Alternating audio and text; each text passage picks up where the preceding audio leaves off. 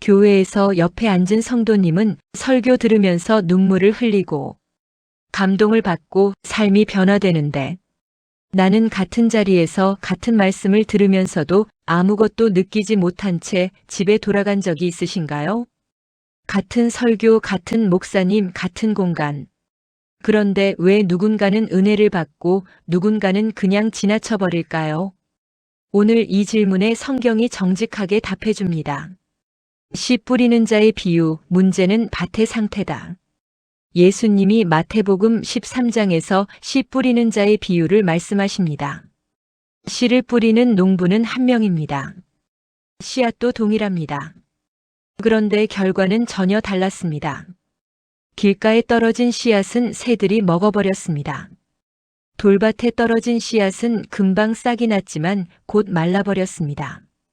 가시떨기에 떨어진 씨앗은 자라다가 막혔습니다. 그러나 좋은 땅에 떨어진 씨앗은 30배, 60배, 100배의 열매를 맺었습니다.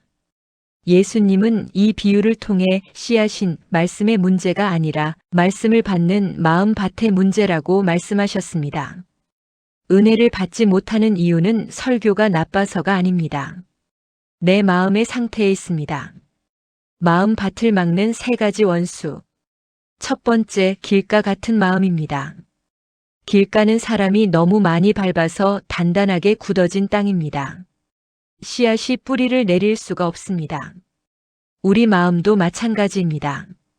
상처가 굳어지고 선입견이 쌓이고 쓴 뿌리가 자라면 아무리 좋은 말씀도 표면을 스치고 지나갑니다. 예수님은 이 씨앗을 악한 자가 와서 빼앗아간다고 하셨습니다. 마음이 굳으면 사탄이 말씀을 즉시 빼앗아갑니다. 두 번째, 돌밭 같은 마음입니다. 감정은 뜨거운데 뿌리가 없는 상태입니다. 예배 때는 감동받지만 월요일이 되면 아무것도 남지 않습니다. 뿌리 없는 신앙은 환난과 핍박 앞에서 금방 쓰러집니다. 야고보서 1장 22절은 말씀을 듣기만 하고 행하지 않는 자는 거울로 자기 얼굴을 보고 가서는 즉시 어떤 모습이었는지 잊어버리는 자와 같다고 경고합니다. 세 번째, 가시떨기 같은 마음입니다.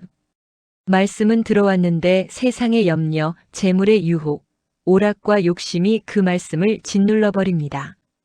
현대 그리스도인들이 가장 많이 걸리는 함정입니다.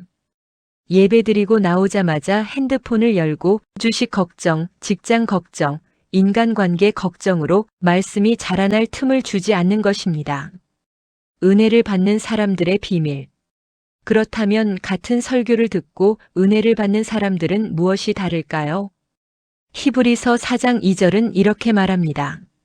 저희와 같이 우리도 복음 전함을 받은 자이나 그러나 그 들은 바 말씀이 저희에게 유익되지 못한 것은 듣는 자가 믿음을 화합하지 아니함이라.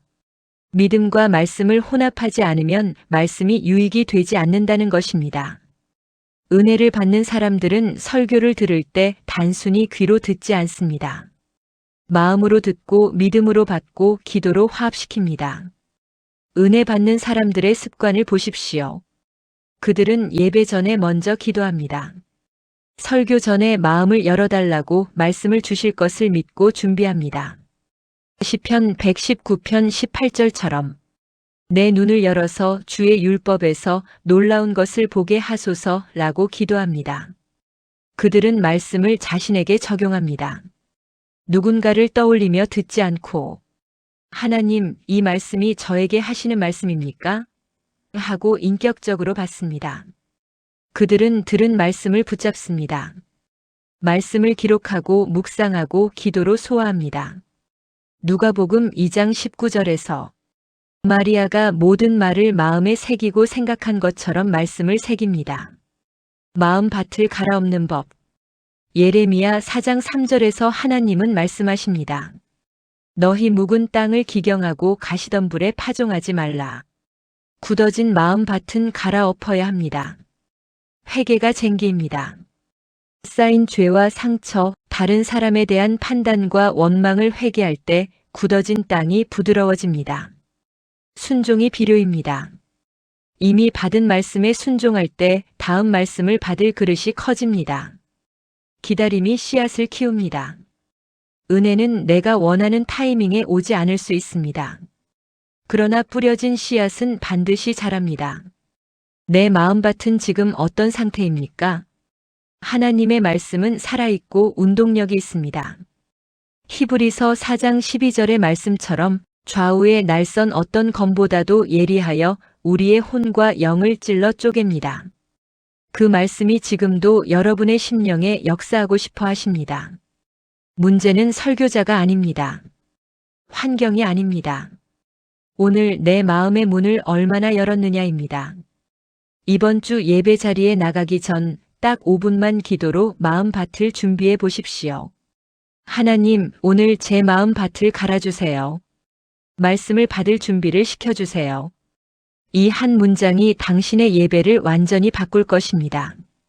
말씀은 반드시 역사합니다. 당신의 마음이 그 땅이 되기를 바랍니다.